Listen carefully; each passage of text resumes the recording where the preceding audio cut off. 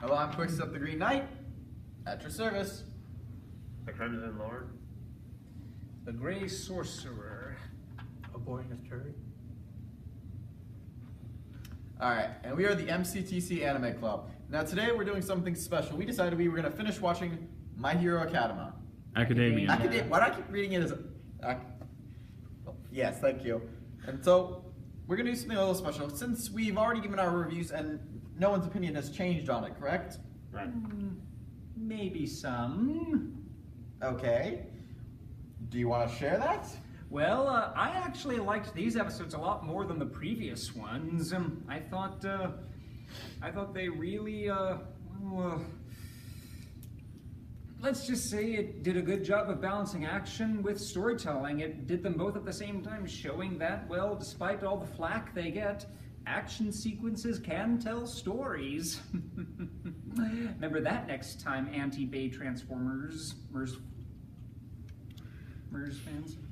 Alright, so now that that point's been made, we're going to talk more about the characters. Some of them that we talked about, we weren't going to talk about then because we didn't get much about them, but now we can talk about some of the things. So, the characters Suye, Mineta, Shiga, All Might, Black Mist, and Noma. These are all the characters that were shown. Since I probably butchered half those names, I apologize. You'll get better. Probably. Yeah, but these are the characters. What's your guys' initial thoughts on these characters? Well, I'm sorry, but what's the main character's name again? I also Deku. Deku. As some people call him. Well, I think he's really starting to drop the whole underdog thing and starting to become a hero, though he still has a few obstacle courses to get through. And even though I actually don't like most heroes who start off as underdogs, because I can just tell, oh, they're just going to become heroes, but they're just going to remain the same goofballs or slobs they always are, I'm getting much more respect for him than I do for Poe. Oh God, really? Yes, I didn't like those movies, but that's a story for another day. And not on topic, so we're not. All right, okay, I'll stop. Sorry. No, that's fine. I'm just saying, let's stay on topic. Okay, well. All right. Next, what about please. you, Crimson? Well, if you ask me, I'd have to say I gotta show props for one of the students who has the ability to control temperatures from hot to cold. What's his name? Todoroki? Yeah, but it's not exact. I don't think he controls temperature. I think he literally has ice and fire powers. More like moist power, I'd say. No. Half cold, half hot. Basically, actually it is temperature, because if you look at his features, half of his hair is white and half of his hair is red. Yeah, and half And of then his... half of his body gets covered in ice, but he still shows his red hair. Yeah, and I also think half of his body is scorched as well. He's kind of like the heroic version of Two-Face. Well, in retrospect, I would have to agree with that. But he also helped to prove my point that some of the characters have personalities based on their quirks. Like, as I've seen in the episodes, the later ones, I noticed that Todoroki has like two personalities. He can be warm and caring when he rushes to help his comrades, but when he gets really serious, he can have a really cold personality. But believe me, he's still a hero above all else, but he'll do anything to get information out. Yeah. Yeah.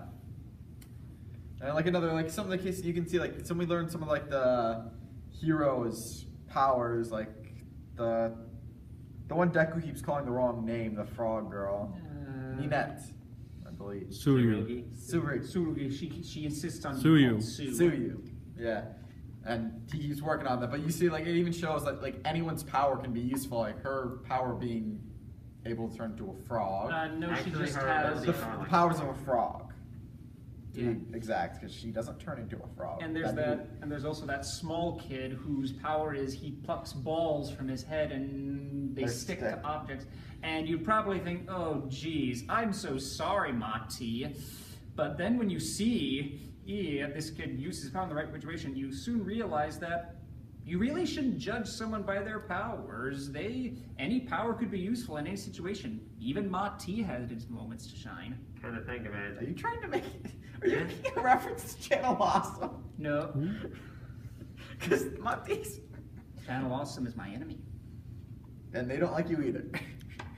But yeah, going what Gray was talking about, yeah, the little guy's power was pretty useful mixed with what Deku and Sue Yeah. did. Do you have anything to say? You've been very quiet. If I may.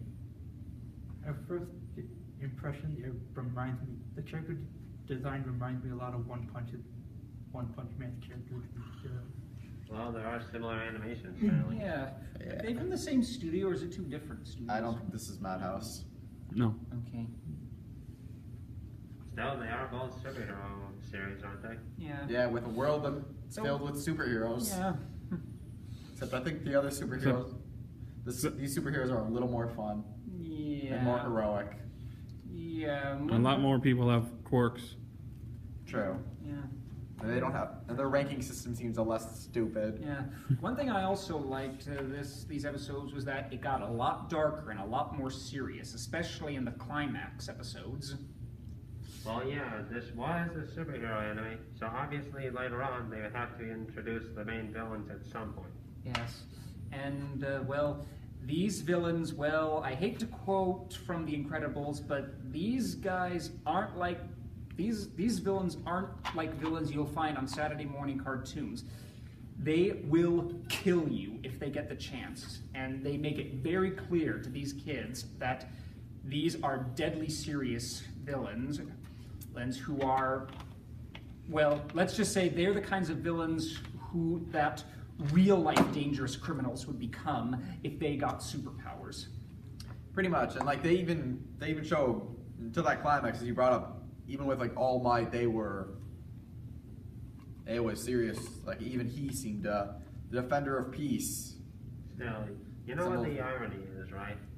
That What? among the villains, there was one with a very special quirk of teleportation acting as a warp gate.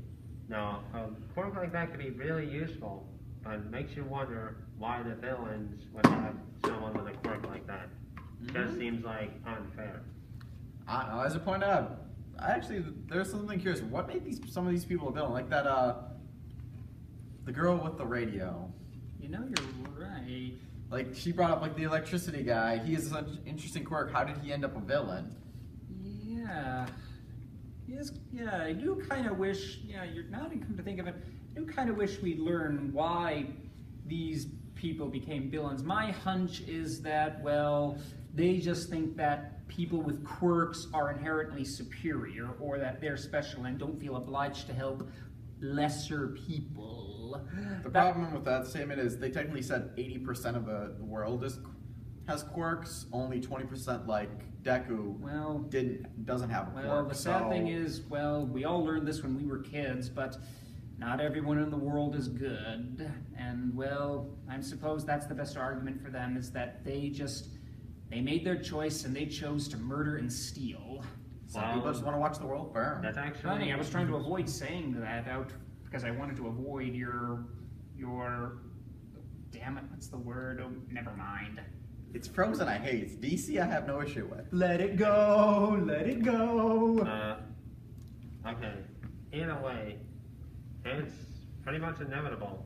No matter what series it is, for every light there has to be a darkness. All Might's the ultimate symbol of hope. So in balance, they would have to have some kind of a villain that be the very representation of despair. Mm-hmm. And sorry if that sounded like Danganronpa. The one in red. Oh.